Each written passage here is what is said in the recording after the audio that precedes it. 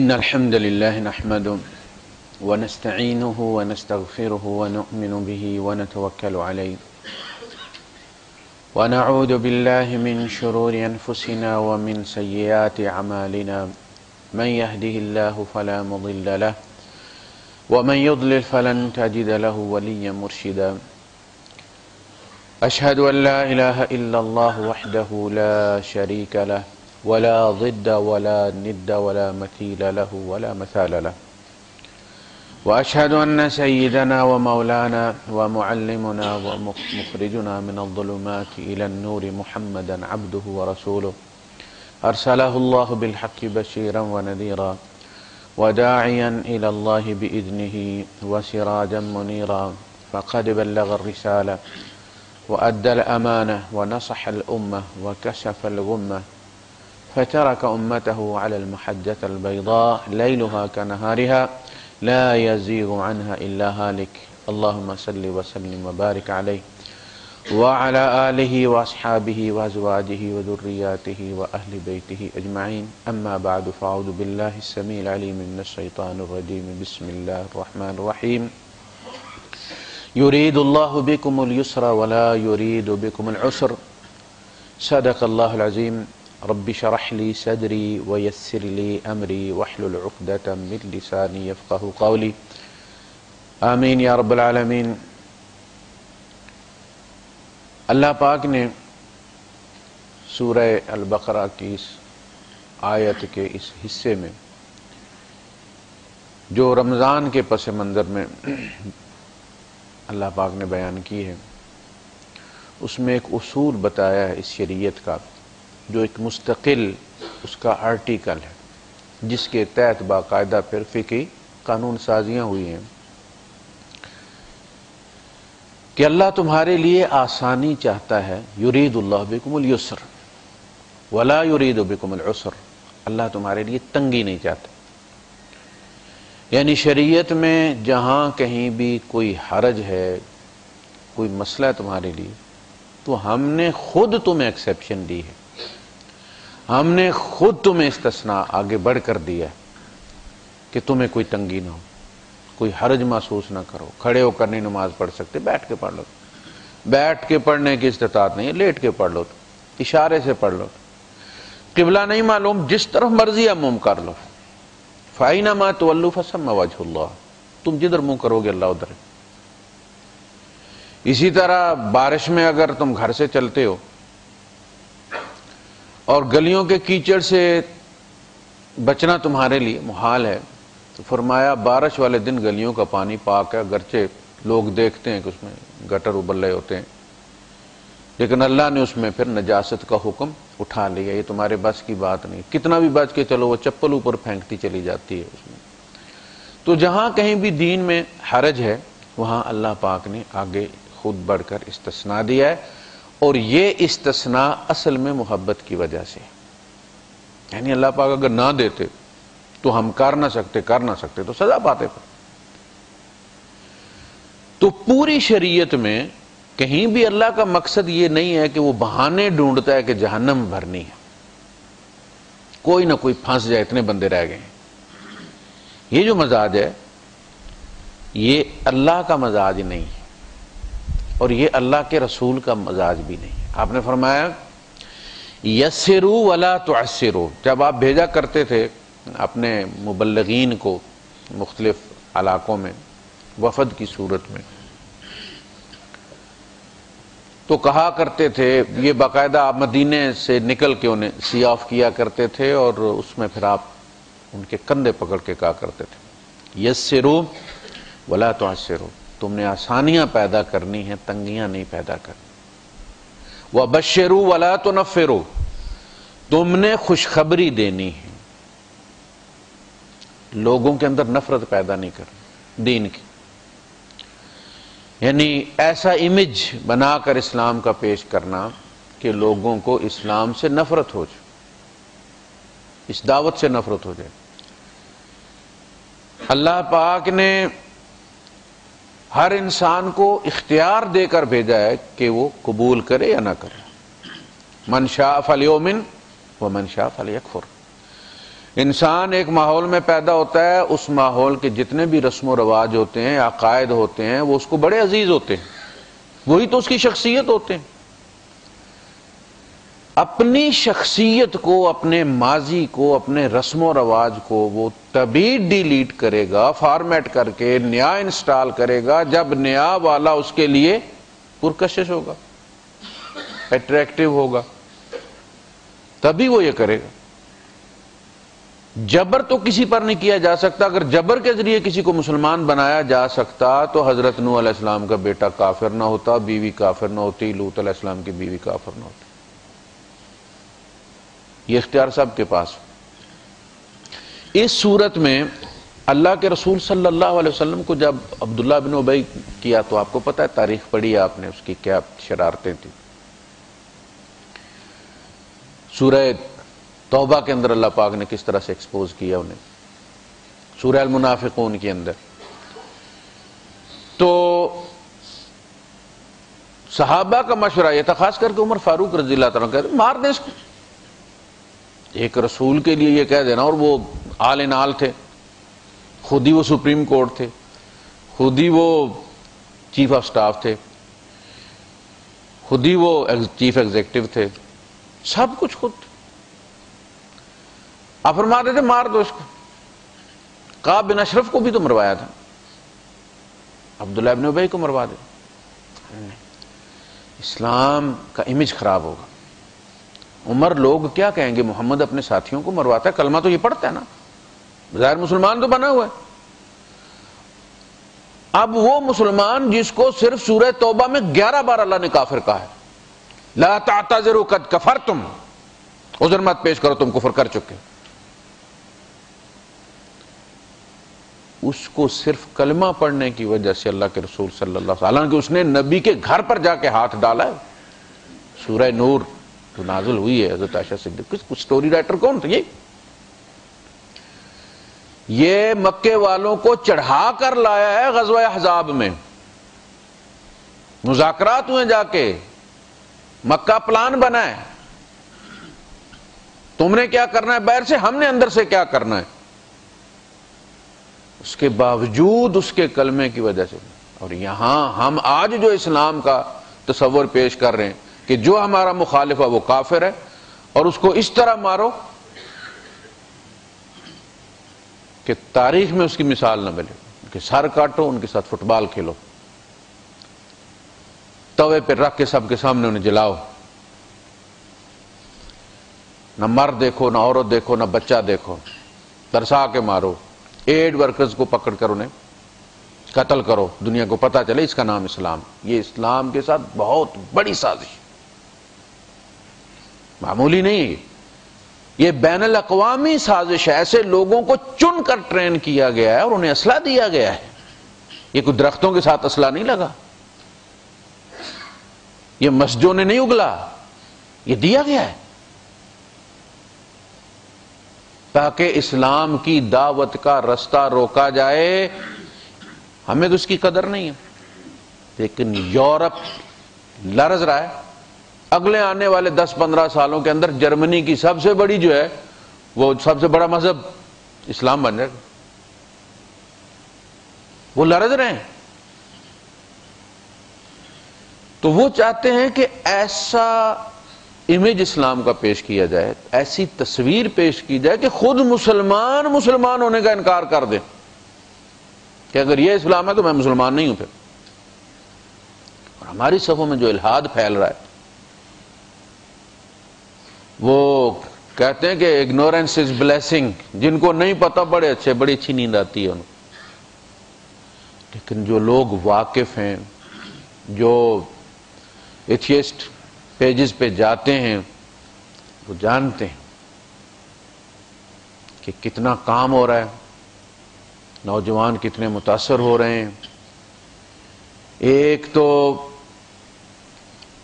ہم لوگ یعنی مولویوں کا طبقہ بالکل کسی اور دنیا کی مخلوق بن کر رہے ہیں، ایلین ہو گئے ہم لوگ، اسکائی لیب بن گئے اسلام کے لیے۔ ہم لوگ کسی کام کے نہیں، امت سے ہمارا رابطہ نہیں رہا۔ ہمارے مدارس کی جامعات کی دنیا الگ ہے، وہاں راوی چین ہی چین لکھتا ہے، اور حقائق کی دنیا بڑی تلخ ہے۔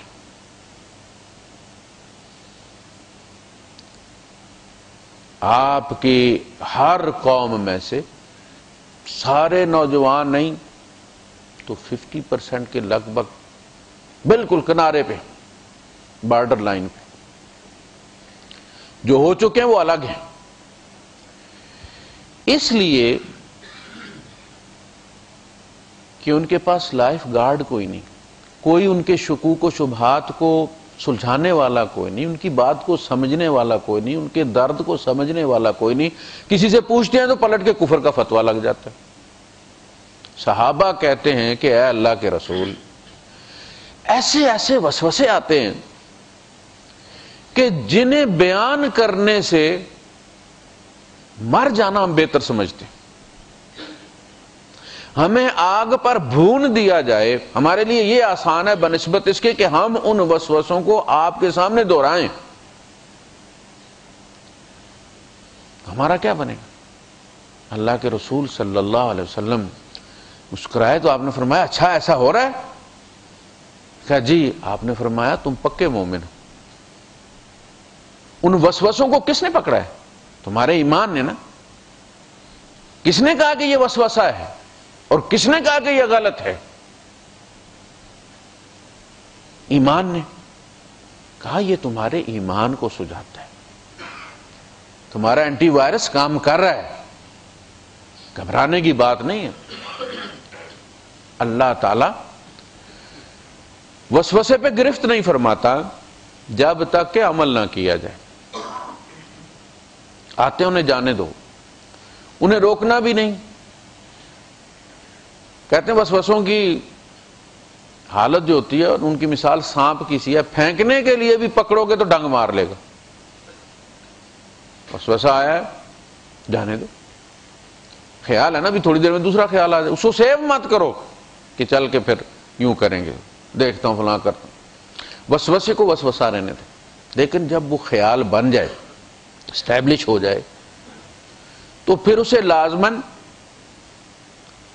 پوچھنا چاہیے۔ العلاج العی السؤال۔ دیکھو لا علمی کا علاج سوال ہے، علم ہے نا، اور علم سوال سے آتا ہے۔ تو گزارش یہ ہے کہ اللہ پاک نے اس دین کے اندر بڑی سہولت رکھی ہے، بڑی آسانی رکھی ہے، بڑی فلیکسیبلٹی رکھی ہے۔ یہ سارے زمانوں کا دین ہے، یہ کسی ایک خاص زمانے کا دین نہیں ہے، کسی خاص قوم کا دین نہیں ہے، کسی خاص رواج کا دین نہیں، کسی خاص قبیلے کا دین نہیں۔ اس لیے ہم لوگ اسے اپنے رسم و رواج کے لحاظ سے ناپتے ہیں کہ جو اس پہ نہیں چلتا وہ اسلام پہ نہیں چلتا۔ ہم نے اپنے شلوار قمیض کو تقوی کا لباس بنایا، حالانکہ یہ ہمارے علاقے کا لباس ہے، اس کا اسلام سے کوئی تعلق نہیں۔ لباس کا تعلق رواج کے ساتھ ہے اور موسم کے ساتھ ہے۔ نبی کریم صلی اللہ علیہ وسلم کا لباس جو اعلان نبوت کے سے پہلے تھا وہی اعلان نبوت کے بعد۔ کبھی کسی صحابی کے بارے میں یہ نہیں آیا کہ وہ پہلے یوں کیا کرتے تھے اور جو ہی جناب وہ مسلمان ہوئے تو انہوں نے عمامہ باندھنا شروع کیا اور اس دن سے انہوں نے داڑھی چھوڑ دی۔ ایسا نہیں، وہی ان کا لباس تھا، ملتا جلتا لباس تھا، جو پہلے تھا وہی بعد میں تھا۔ حضرت حذیفہ ابن یمان رضی اللہ عنہ کے والد جو یمان تھے، وہ غزوہ احد کی بگدڑ کے اندر مسلمانوں کے ہاتھوں شہید ہو گئے، لباس کی مشابہت کی وجہ سے۔ مکے والوں کا اور مدینے والوں کا لباس ایک تھا۔ یہ تو ہم جب فلم بناتے ہیں تو پھر ان کا الگ لباس بناتے ہیں، مسلمانوں کا جو ہے وہ الگ کر دیا، مکے والوں کا الگ، کوئی خاص نشانی، کوئی فرق نہیں تھا۔ حالانکہ حضرت حذیفہ کہتے بھی رہے مسلمانوں یہ میرے باپ ہیں، لیکن وہ مار دیا، شہید کر دیا۔ لباس کی مشابہت۔ ہمارا زور کس پر ہے؟ لباس پر۔ قمیض تھوڑی سی لمبی کر دی آپ نے، شلوار تھوڑی سی اوپر کر دی، آپ متقی ہو گئے، اللہ اللہ خیر۔ اندر کچھ ہے یا نہیں ہے لوگوں کو تو پتا ہوگا، متقی ہو گئے، بس کام ہے۔ اسی طرح جس طرح ہم گاڑی پاس کروانے جاتے ہیں، کپڑا مارا، پالش والش ماری، جناب علی لے گئے، رات کو لے کر جاتے ہیں تاکہ چمک کے اندر جو ہے وہ کوئی ڈینٹ پینٹ اس کے نظر نہ آئے، بس متقی ہوگی گاڑی، اس نے لکھ دیا۔ بالکل ہم یہی اسلام کے ساتھ کرتے ہیں۔ تو اسلام کے اندر زمانوں کی وسعت ہے، ہم دولے شاہ کے چوہے ہیں، ہم اس کو صرف اپنے ملک کے اندر، پاکستان اسلام کا قلعہ ہے، جو ہمارا لباس ہے وہ اسلامی لباس، ہم جس طرح احرام خرید کر لے کر جاتے ہیں نا ساتھ، ہم جہاں بھی کہیں دعوت دینے لے گئے شلوار قمیض ساتھ لے کر جائیں گے تاکہ اس انگریز کو مسلمان کرنے کے بعد پھر شلوار قمیض، پھر ناڑا بننے کا طریقہ سکھایا جائے جیسے معین قریشی کو سکھایا تھا۔ یہ ہماری تنگ نظری ہے۔ پینٹ شرٹ یورپ کا اسی طرح لباس ہے جس طرح ہمارا شلوار قمیض۔ شلوار قمیض پاکستان میں عیسائی نہیں پہنتے، وہ ہیرا مسیح ہمارے ساتھ کام کیا کرتا تو وہی شلوار قمیض وہ پہنا کرتا، جب وہ ہیرے مسیح پر ہوتی تھی تو مسیح شلوار قمیض ہوتی تھی، وہی مسلمان پہنتے تھے تو مسلمان شلوار قمیض ہوتی۔ جیکٹ، واسکٹ، شیروانی، کراکلی، یہ اسلام کے لباس نہیں ہے، یہ تو راجپوتوں کے لباس، وہ راجپوت مسلمان ہو یا ہندو سارے پہنتے ہیں۔ وی پی سنگھ بھی پہنتے ہیں، کراکلی بھی، شیروانی بھی، واجپئی بھی پہنتے ہیں، جسونت سنگھ بھی پہنتے ہیں، اور مولانا صاحب بھی پہنتے ہیں۔ یہ علاقائی لباس ہے۔ اسی طرح دیگر معاملات میں بھی ہم نے اپنے سٹینڈرڈ بنا رکھے ہیں کہ اتنے تک یہ مسلمان ہے، جس دن اس نے ہمارے اکابر کے خلاف زبان کھولی یہ کافر ہو جائے گا، نامل مار دو۔ اور وہاں عبداللہ ابن ابی یہ کہہ رہا ہے لَإِن رَجَعْنَا إِلَى الْمَدِينَةِ لَيُخْرِجَنَّ الْأَعَزُّ مِنْهَا الْأَذَلَّ، بس مدینے پہنچنے کی دیر ہے، ہم ایسے عزت والے ذلیلوں کو نکال باہر کریں گے۔ سَمِّن كَلْبَكَ لِيَأْكُلَكَ، کتے کو کھلا کے موٹا کرو تاکہ تم ہی کو کاٹے۔ جو تم لوگوں نے پناہ دی، انہیں زمینیں بانٹ کے دی، انہیں گھر بانٹ کے دیے، ان کی مدد کی، اور آج یہ ان کے غلام تمہارے غلاموں سے لڑتے ہیں، تمہارے منہ آتے ہیں، اور آگے چل کے تم پھر نتیجہ بھگتو۔ یہ کتنے عبداللہ ابن ابی، اس کے باوجود نہیں مروایا حضور نے، واجب القتل قرار نہیں دیا حضور۔ تو اسلام یسر کا دین ہے، آسانی کا دین ہے۔ اللہ کے رسول صلی اللہ علیہ وسلم نے تشدد سے منع فرمایا ہے۔ آپ نے فرمایا کہ دیکھو جو میں تمہیں کہتا ہوں، جس سے میں تمہیں روکتا ہوں، جو میں تمہیں کرنے کو کہتا ہوں، جتنی تمہارے اندر استطاعت ہے کوشش کرو کہ تم اس پہ عمل کرو۔ مستطعتم فاتقوا اللہ مستطعتم، کہا گیا یا ایھا الذین آمنوا اتقوا اللہ حق تقاتہ، اے ایمان والو اللہ کا تقوی اس طرح اختیار کرو جس طرح اس کے تقوی کا حق ہے۔ یہ عقائد کے بارے میں، عقائد پہ کوئی کمپرومائز نہیں ہوگا۔ فاتقوا اللہ ما استطعتم، اللہ کا تقوی اختیار کرو جتنی تمہاری استطاعت ہے۔ یہ عمل کے بارے میں، ہم میں سے کوئی بھی چاہے وہ کتنا بڑا مفتی جفتی ہو، وہ 100% اسلام پر نہیں، بہت ساری کمزوریاں اس کے اندر، وہ بھی 14ویں صدی کے مسلمان ہیں، کچھ اس کے تقدس کے پیچھے چھپی ہوئی ہیں، کچھ اس نے چھپائی ہوئی ہیں، لیکن 100% مسلمان وہ بھی نہیں، تقاضے 100% اسلام کے اس کے اندر بھی نہیں۔ اونچی آواز میں نہ بولنا، کہتے ہیں جی فلاں چیز مکروہ ہے یا فلاں حضور نے کراہت کی ہے، بھائی اللہ پاک بلند آواز سے کراہت فرماتا، اور کراہت ایسے نہیں فرماتا، حکم دیتا ہے وَاقْصِدْ فِي مَشْيِكَ، چال میں بھی اقتصاد، وَاغْضُضْ مِنْ صَوْتِكَ، آواز بھی دھیمی رکھا کرو۔ ان انکر، یہ منکر قاعدہ ہے، انکر جو ہے یہ منکر کی سپرلیٹو ڈگری ہے۔ ان انکر الاصوات لصوت الحمیر، سب سے زیادہ مکروہ آواز تو گدھے کی آواز ہے۔ مرغ کی آواز کا پھر بھی فائدہ ہوتا ہے کہ وہ نماز کے ٹائم میں بولتا ہے، اور جو ناوقت بولے اسے ذبح بھی کر دیا جاتا ہے۔ گدھے کے ساتھ یہ بھی نہیں ہو سکتا، لوگ ذبح کر لیتے، منحوس ہے، لیکن یہ مت ہے، اس کی کوئی حقیقت کے ساتھ کوئی تعلق نہیں ہے۔ موڈ بن گیا اس کا بیچارہ، اس نے اذان دے دی، اوقاف میں تو برتی نہیں، وہ اس سے پوچھا جا سکے موڈ کا ہے۔ یہ جو مت ہے کہ جی اگر وہ عصر کے وقت بولتا ہے تو ذبح کر لو، سے منحوس ہے، ایسا نہیں ہے، معافی دے دیں اسے۔ ان انکر الاصوات لصوت الحمیر، اگر بلند آواز سے کوئی عقل مند ثابت ہوتا تو گدھا سب سے زیادہ عقل مند ہوتا، کیونکہ اس کی آواز جو سب سے منکر بلند ہوتی ہے، کتنے محلے تک جاتی۔ اسی طرح آپ سورہ الحجرات کے اندر، سورہ بنی اسرائیل کے اندر جو احکامات ہیں انہیں دیکھیں آپ، بہت کم لوگ ان پہ چلتے ہیں۔ یعنی ہم اگر ان پہ چلنا چاہیں تو ایک دن ہی نہیں شاید ہم سے گزرے، زندگی لمبی ہو جائے۔ یا ایھا الذین آمنوا لا یسخر قوم من قوم عسى ان یکونوا خیرا منهم ولا نساء من نساء عسى ان یکن خیرا منهم ولا تلمزوا انفسکم ولا تنابزوا بالالقاب۔ ہم سے بیٹھے ہی نہیں جاتے، آپ ذرا غیبت نہ کریں، نہ کسی کو کرنے دیں، تو پھر منہ لٹکا کے بیٹھے رہیں، موضوع ہی کوئی نہیں ہو رہا۔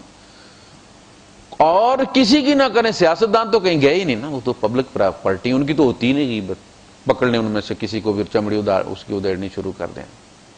مشکل ہے، یہ چھوٹی چھوٹی باتوں کی طرف ہم توجہ دیں تو دوسرے ہمیں بھول ہی جائیں۔ یعنی ہم اپنی ذات پہ فوکس کریں اور دیکھیں کہ اللہ ہمیں کیا نصیحت کرتا ہے، کیا واعظ کرتا ہے، کیسا چاہتا ہے کہ ہم بنیں۔ اللہ یہ چاہتا ہے کہ جیسے اللہ کے رسول صلی اللہ علیہ وسلم کے بارے میں حضرت عائشہ صدیقہ رضی اللہ تعالیٰ سے پوچھا گیا نا، بعد میں لوگ آئے تو شوق ہوتا ہے، کہا کہ حضور کے بارے میں کچھ بتائیے، ان کے خلق کے بارے میں، ان کے عادات و اطوار کے بارے میں۔ تو حضرت عائشہ صدیقہ رضی اللہ تعالیٰ نے فرمایا الا تقرؤون القرآن، تم لوگ قرآن نہیں پڑھتے؟ قالوا بلا، قرآن تو ہم پڑھتے ہیں، لیکن ہم نے تو حضور کی سیرت کے بارے میں پوچھا نا۔ فرمایا کان خلقہ القرآن، یہ قرآن انہی کی سیرت بیان کر رہا ہے، جو تم سے تقاضے کر رہا ہے وہ محمد کو سامنے رکھ کے کر رہا ہے کہ ایسے بنو، وہ حضور ایسے تھے۔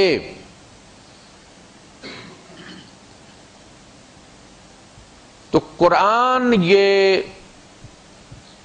آج کل تو ہر چیز آپ کو پتہ ہے بڑی آسان ہو گئی ہے، ایک جگہ سے دوسری جگہ ٹرانسفر کرنی، فلیش ڈرائیو میں ڈال لیتے ہیں لوگ۔ اسلام یہ چاہتا ہے کہ اس کی تعلیم ایک بندے میں محفوظ ہو جائے، وہ بندہ جدھر جائے اسلام کا پیغام بنتا جائے۔ آج کل لوگ کتابیں نہیں پڑھتے، بندے پڑھتے، اسی کو سیمپل سمجھتے ہیں، اسی کو نمائندہ سمجھتے ہیں اس مذہب کا۔ یہ ہے اصل تبلیغ، جسے کہتے ہیں نا کہ action of a man speaks louder than his words, انسان کا عمل اس کے الفاظ کی بنسبت بلند آواز سے تبلیغ کرتا ہے۔ آپ سمجھتے ہیں کہ عمل بولتا نہیں، زبان بولتی ہے؟ نہیں، عمل زبان کی بنسبت زیادہ بلند آواز اور زیادہ افیکٹو اپروچ۔ جب کوئی بندہ کوئی کپڑا پہن کے آتا ہے تو وہ آپ کو کہتا نہیں یہ کپڑا خریدیں، آپ خود دیکھتے ہیں، وہ آپ کو کھینچتا ہے اور آپ پوچھتے ہیں کہاں سے لیا بھائی، کتنے کا لیا بھائی۔ اصل میں انڈیویجول جو ہے وہ ٹارگٹ ہے اسلام میں، ہم پڑ گئے جماعتوں کے پیچھے۔ انڈیویجول اگر کمزور ہے تو جماعت کتنی بھی بڑی ہو کمزور عمارت۔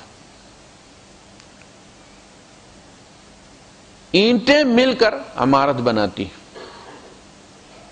یا ایھا الذین آمنوا علیکم انفسکم، اہل ایمان تمہارے ذمہ تمہارا اپنا آپ ہے۔ اہل ایمان اپنے خلاف سب سے بڑے گواہ تم خود ہو۔ علا جو آتا ہے نا صلہ، یہ خلاف کے لیے آتا ہے، اور لام کا صلہ جو ہوتا ہے یہ حق میں ہوتا ہے۔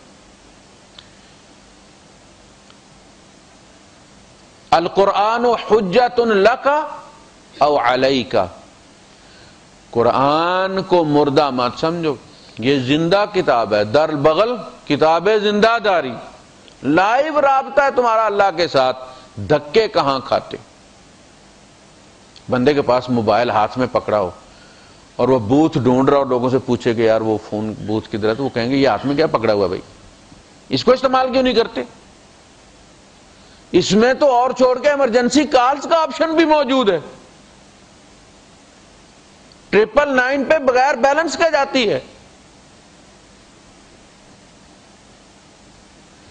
فرمایا یہ قرآن یا تو تیرے حق میں حجۃ لک او علیک، یہ قرآن قیامت کے دن آئے گا، یہ بولے گا، یا تو تیرے حق میں گواہی دے گا یا تیرے خلاف گواہی دے گا۔ یہ گواہ ہم نے گھر میں رکھا ہو۔ آپ نے وہ حدیث سنی ہے نا کہ روزہ اور قرآن دونوں بندے کی شفاعت کریں گے۔ روزہ کہے گا اللہ میں نے اس کو دن میں کھانے پینے سے روک کے رکھا، اس کے حق میں میری شفاعت قبول فرما لے۔ قرآن کہے گا میں نے اسے رات کو سونے سے روک کے رکھا۔ اس کا مطلب یہ ہے کہ رمضان کی راتوں میں پھر قرآن پڑھنا ہے، سونے سے روک کے رکھا کا مطلب یہ ہے کہ پھر سے نماز میں پڑھنا ہے، ختم کرنا۔ صحابہ نے اگر عمر فاروق رضی اللہ تعالیٰ عنہ نے تراویح میں ختم قرآن رکھا تھا تو اپنی اپج سے نہیں رکھا تھا، سرکار اشارے دے گئے تھے کہ میں نے اسے رات کو سونے سے روکا، اور اس زمانے میں تراویح لیٹ ہوا کرتی تھی، تیسرے پہ اسے پھر پہلے لایا گیا عشاء کے ساتھ تاکہ زیادہ لوگ اس میں شریک ہو سکیں، اس لیے کہ دین لوگوں کے لیے آیا ہے، لوگوں کی آسانی کے لیے آیا ہے، جتنے زیادہ لوگ اس میں شریک ہو سکیں وہ وقت پھر اختیار کیا ہے۔ یہ کوئی ایک مردہ چیز نہیں ہے۔ تو لک او علیک، یا ایھا الذین آمنوا علیکم انفسکم، قومیں کس سے بنتی ہیں؟ افراد سے، افراد اچھے ہوں گے تو قوم اچھی ہوگی۔ خاندان کس سے بنتے ہیں؟ افراد سے، افراد اچھے ہوں گے تو خاندان اچھے ہوں گے۔ گھر کس سے بنتے ہیں؟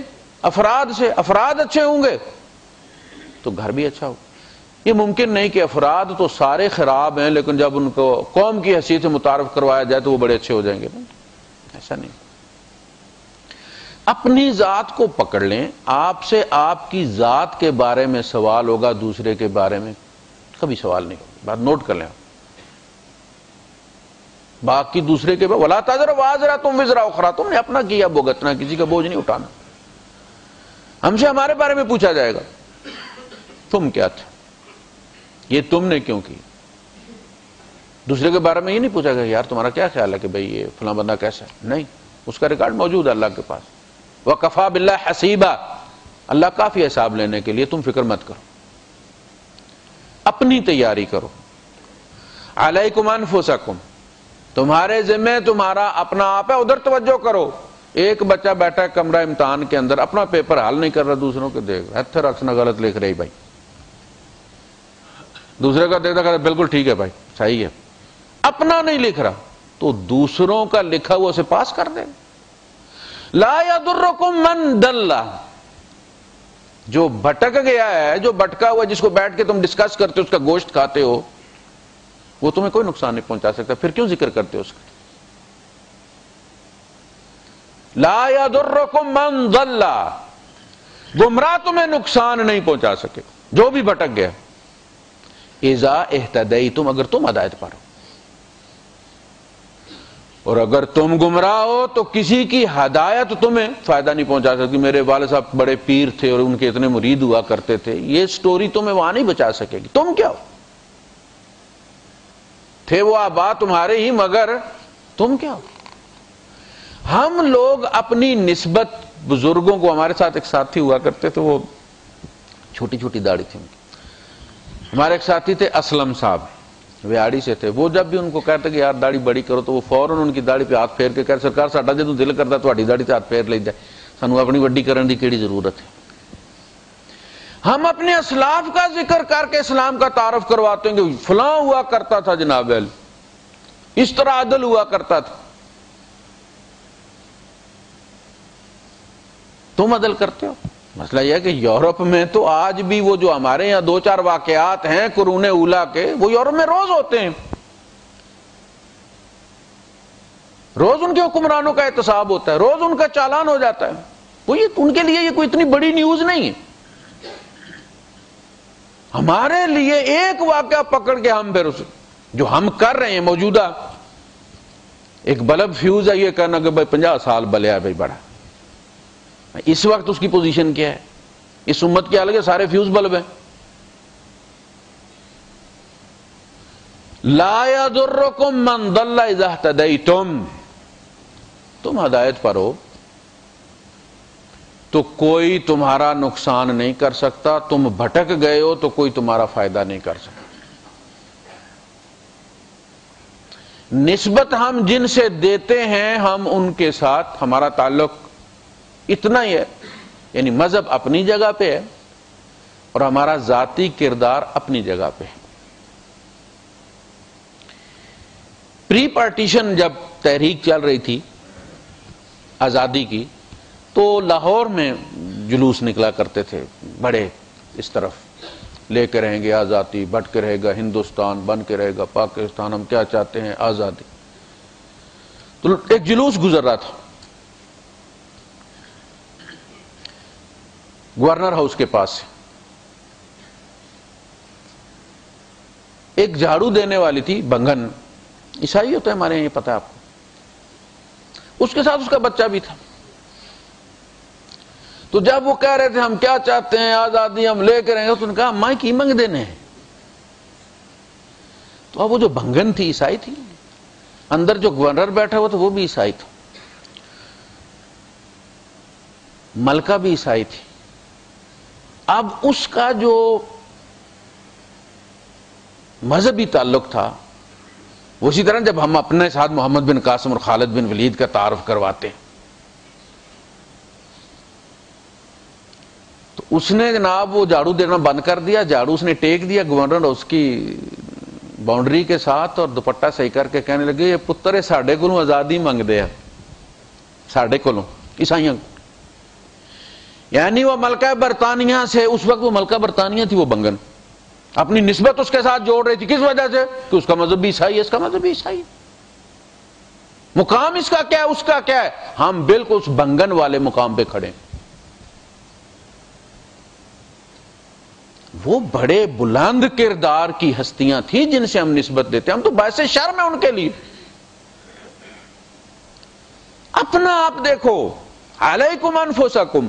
پھر جب تم ٹھیک ہو جاؤ گے تو بہت ساری چیزیں تمہیں مختلف نظر آنا شروع ہو جائیں گی. ٹھیک ہونے کا مطلب یہ کہ انسان کا نقطہ نظر تبدیل ہو جاتا ہے، اندر سافٹ ویئر بدلی ہو جاتا ہے، منہ وہی رہتا ہے، ناک اتنی رہتی ہے، آنکھوں کا رنگ وہی رہتا ہے، اندر سافٹ ویئر تبدیل ہو جاتا ہے.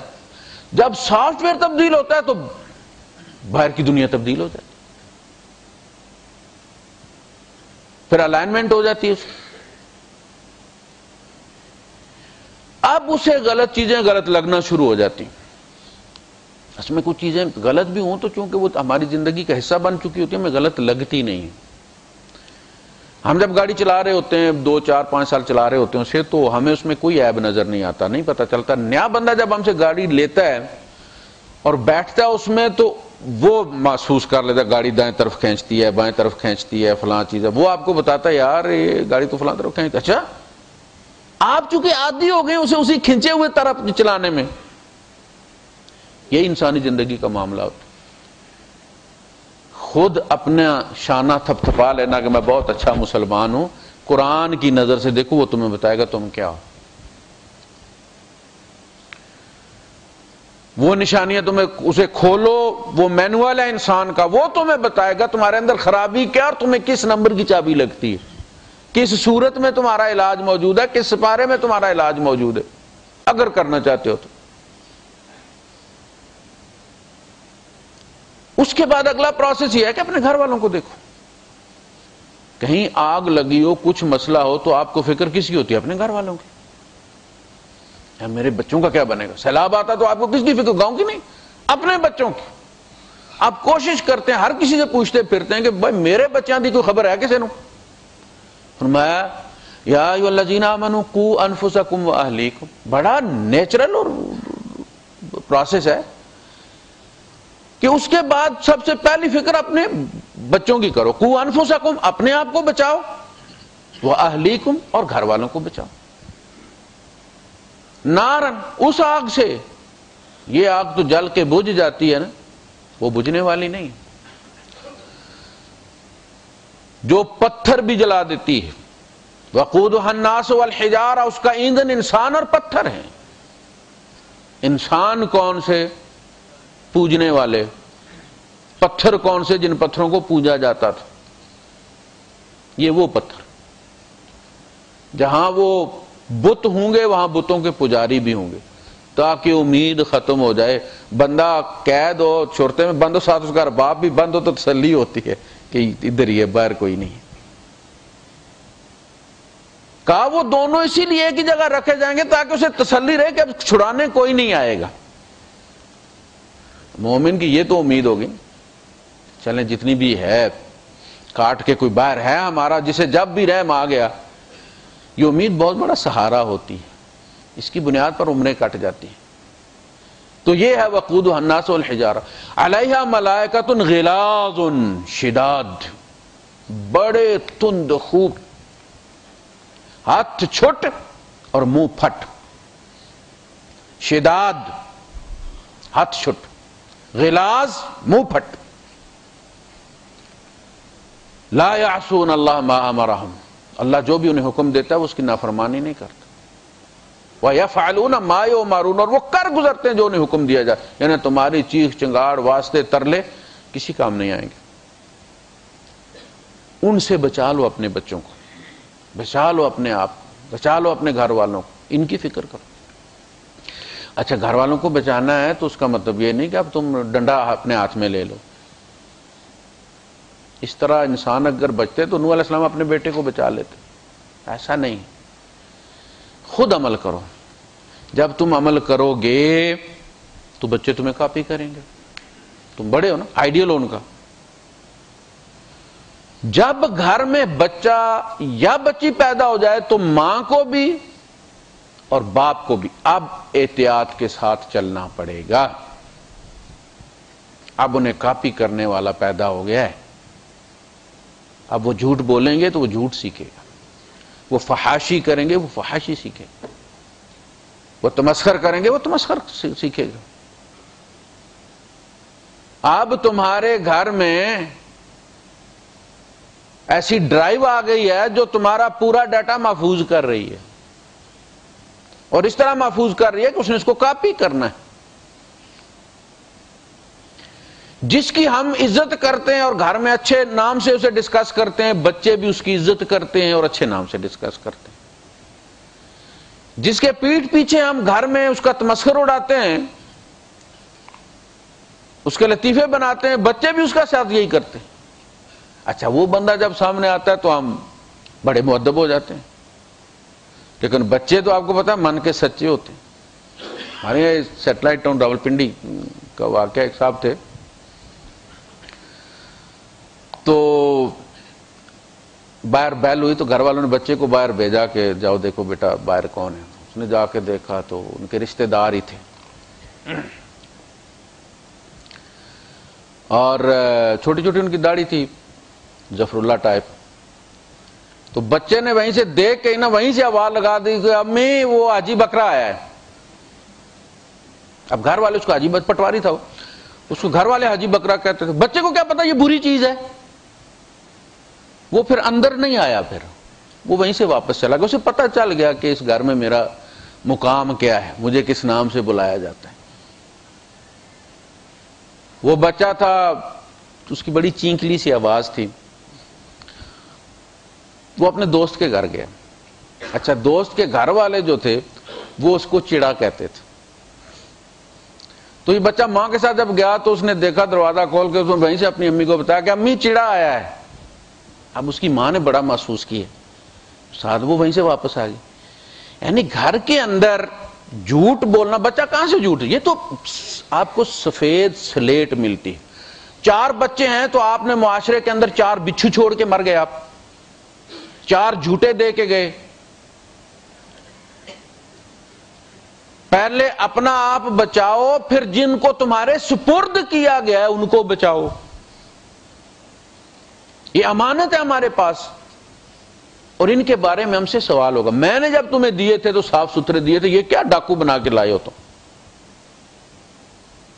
ان کی بنیاد پہلے 2 4 5 سال کے اندر پڑ جاتی ہے, ان کی تربیت ہو جاتی. تو آپ کو محتاط ہونا پڑے گا. ایک یہ تو والے لکھنے والے تو لکھ ہی رہے نا, یہ تو آپ توبہ کریں گے, چلے ٹھیک ہے آپ درست ہو گئے, بعد میں حاجی صاحب ہو گئے تو بات ختم ہو گئی. وہ بچے والا کون ڈیلیٹ کرے گا؟ وہ جو آپ ٹریننگ دے کے جا رہے ہیں اس کی تو اپنی الگ ڈرائیو ہے نا, وہ تو ڈیلیٹ کرے گا نہیں کرے گا, کب کرے گا خدا جانے. کچھ لوگ ایسے ہوتے ہیں کہ جن کی برسی پر بھی گانے ہی لگتے ہیں. آپ دیکھیں نا, ہو سکتا ہے انہوں نے توبہ کر لی ہو, لیکن یہ بھی گناہ کی ایک قسم ہوتی ہے کہ بندہ مر جاتا ہے, گناہ نہیں مرتا, اس کو بچے دیتا رہتا ہے.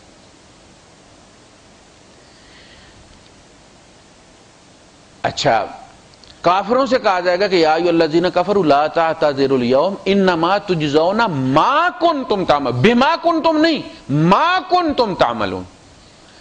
تمہیں جو جزا دی جا رہی ہے اس کے سبب نہیں جو تم نے کیا, بلکہ تمہیں جو دی جا رہی ہے یہ تم نے کیا ہے. یہ بچھو جو تمہیں کاٹ رہا ہے, یہ سانپ جو تمہیں کاٹ رہا ہے, یہ آگ جو تمہیں جلا رہی ہے, یہ تم کما کر لائے ہو. انما تجزون ما کنتم تعملون. وہ کہا نا کہ یوم یحمى علیہ فی نار جہنم فتقوی بہا. تقوی جو ہے آپ کو پتا نا, کوی دھوبی, وہ جو لانڈری والا ہے, ڈرائی کلینر جو ہے, وہ جو استری کرنے والا ہے, وہ کوی لکھا ہوتا ہے نا, کوی الملابس, کپڑوں کو استری کرنے والا, یہ ہے قرآن کی کوی. تقوی پیسے وائی سے, تقوی بہا استری کیے جائیں گے. ہمارے رؤوف صاحب اللہ پاک ان کی مغفرت فرمائے اور ان کی قبر کو نور سے بھر دے, ہمیشہ یہ لفظ استعمال کر, استری کر.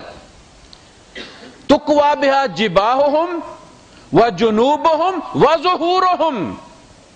جب سجدے کے لیے بلایا جاتا تھا تو بندہ لیٹا رہتا تھا, تو یا تو چت لیٹا ہوگا, یا سائیڈ کے بالے لیٹا ہوگا, یا الٹا ہو کے لیٹا ہوگا, حکم سنا ہوگا, روح گردانی کی ہوگی, اس کی جزا پائے گا. پھر تو کہا کہ جس کی جتنی بڑی استری ہے, فرشتے کو کچھ نہ کہو, یہ اتنا زیادہ سونا تم نے اکٹھا کیا تھا, زکات نہیں دی تھی, یہ استری خود بنوا کے لائے ہو تم, فرشتے نے نہیں بنائی.